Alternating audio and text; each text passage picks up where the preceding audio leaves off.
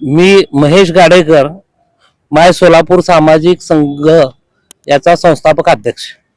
आम्ही संघटनेच्या माध्यमातून वेळोवेळी बऱ्याच शासनाच्या विरोधात जनहित याचिका दाखल केल्या आणि आम्ही त्या ज्या याचिका दाखल केल्या त्यात आम्हाला 100% आजपर्यंत यश आहे। मुळच आम्ही जेव्हा 11/11/2025 ला महापालिकाने सोडत जाहीर केली आणि त्यामध्ये आरक्षणाच्या टक्केवारीनुसार आरक्षण देण्याची मोहीम राबवली, परंतु माझ्या निदर्शनात असं आलं की गेल्या 2017 ला ओबीसीच्या 28 जागा होत्या आणि ह्यावेळेस 27 झाल्या। पडला की 27 कशा काय झाल्या, कोणत्या निकषावर लावल्या, म्हणून मी त्याचा स्टडी केला आणि काही कागदपत्र संकलित केले। त्यात मला लक्षात आलं की बाबा जेव्हा 17चा एक कागद आहे माझ्याकडे माहितीचा की बाबा 28.43 ओबीसीची जनगणना सोलापुरातील कॉर्पोरेशनची दाखवते 28.43। मग 28 का केली शासनाने?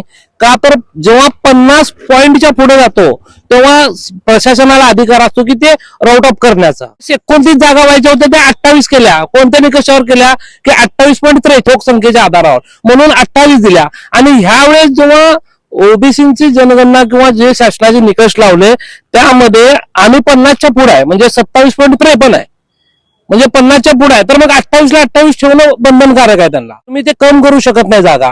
आणि ते कागदपत्रही माझ्याकडे होते आणि त्या आधारावर आम्ही म्हणजे की शासनाला इथं तुम्ही पाहताय की 27.57 ओबीसीची ही आहे की म्हणजे 50च्या पुढे गेल्यामुळे आम्ही ऑटोमॅटिक 28 आहे, म्हणजे 28 ला 28 जागा राहायला पाहिजे। आणि त्या आधारावर मी आयुक्त साहेबांना फोन लावला, ओंबासी साहेबांना 11 तारखेला, की तुम्ही कोणत्या निकषावर हे कम केलं आणि माझ्याकडे कागदपत्र आहेत की तुम्ही आमच्यावर अन्याय करताय। मग ओंबासी साहेबांनी त्याची तात्काळ दखल घेतली आणि मी त्यांना सांगितलं की तुम्हाला मेरिट कम करण्याचा अधिकार नाही, काय की तुम्हाला वाढवण्याचा अधिकार आहे 50च्या पुढे गेल्यावर। आता पासिंगलाच बघा की 34 पॉइंट असतील तर आपण 10वीला मेरिट मध्ये 35 करतात, त्याला 34 करून फेल करत नाहीत। मग त्या आधारावर आम्हाला 28 ला 28 राहणं बंधनकारक आहे म्हणलं आणि त्या आधारावर आम्ही मुंबई हायकोर्टामध्ये रीट दाखल करण्याची तयारी केली आणि हे रीटचे कागदपत्र सोमवारी त्याची सुनावणी होती की बाबा आम्ही तारखेला लागलो होतो, आम्ही कोर्टात जाऊ म्हणून सांगितलं होतं आणि ओंबासी साहेबांनी त्याच्यावर मला लगेच सांगितलं की आम्ही याची दखल घेतो आणि प्रशासनाला कळवतो।